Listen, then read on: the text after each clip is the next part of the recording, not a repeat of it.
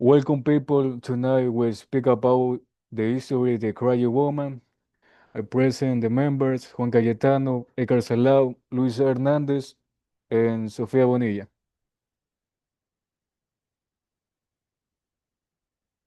This is a history that the whole once had been telling to shelter for hundreds of years. It is a sad tale, but a sleep strong in the memory of the people, and there are many who swear there is true. Long years ago, in humble little village, there lived a fine-looking girl named Maria.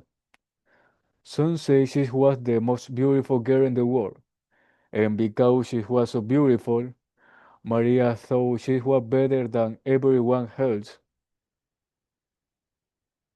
As Maria grew older, her beauty increased, and her pride in her beauty grew too. When she was a young woman, she would not even look at the young men from her village. They weren't good enough for her. When I marry, Maria would say, I will then marry the most handsome man in the world. And then one day, into Maria village, rode a man who seemed to be just the one she had been talking about. It was a dashing young ranchero, the son of wealthy rancher from the southern plains.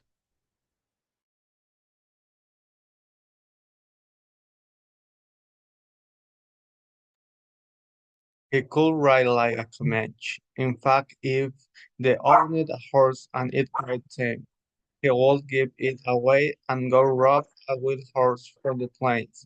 He thought it wasn't mainly to ride a horse, it, it wasn't half white. He was handsome and he could play the guitar and sing beautifully. Maria made up her mind. That was it, the man for her. She knew just the tricks to win his attention.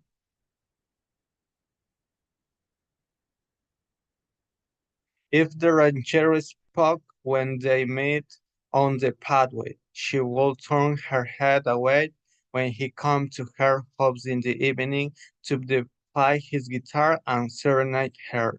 She wouldn't even come to the window. She refused as always costly gifts. The young man felt for her tracks. That haughty girl, Maria, Maria.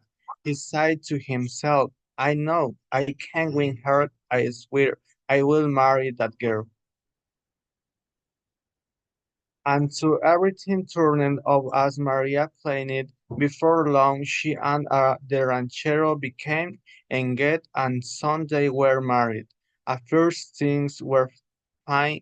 They had two children, and they seemed to be happy family together.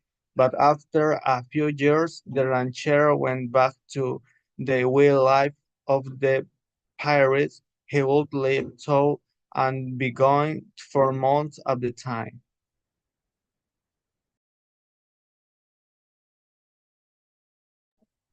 And when he returned home, it was only to visit his children. He seemed to care nothing for the beautiful Maria. He even talking of cities, Maria and size and marriage and woman of his once a healthy class. As prompt as Maria was, of course, she became very angry with the ranchero. She also began to feel anger toward her children because he paid attention to the booze used in Norwich here.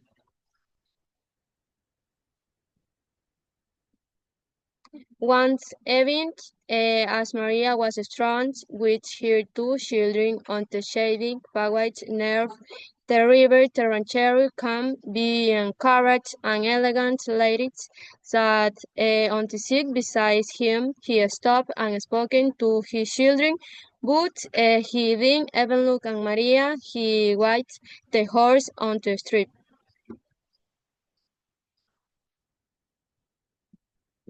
When she sat at a terribly red feeling Maria and it all turning against her children, and I'm sorry it is sad to tell the story size that in her Aunt Maria says her two children and treat them into the river.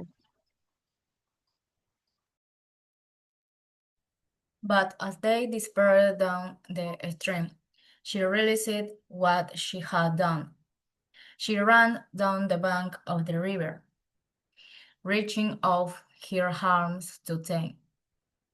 But they were long gone. The next morning, a traveler brought word to the villagers that a beautiful woman lay dead on the bank of the river. That is where they found Maria, and they laid her to rest where she had fallen.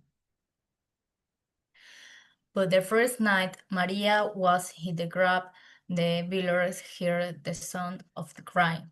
Down by the river, it was not the wind, it was the crying woman. Where are my children? And they say, a woman walking up and down the bank of the river, dressed in a long white robe, the way they had risen Maria for burial. On morning of dark night, the same here walked the river bank and cried for her children.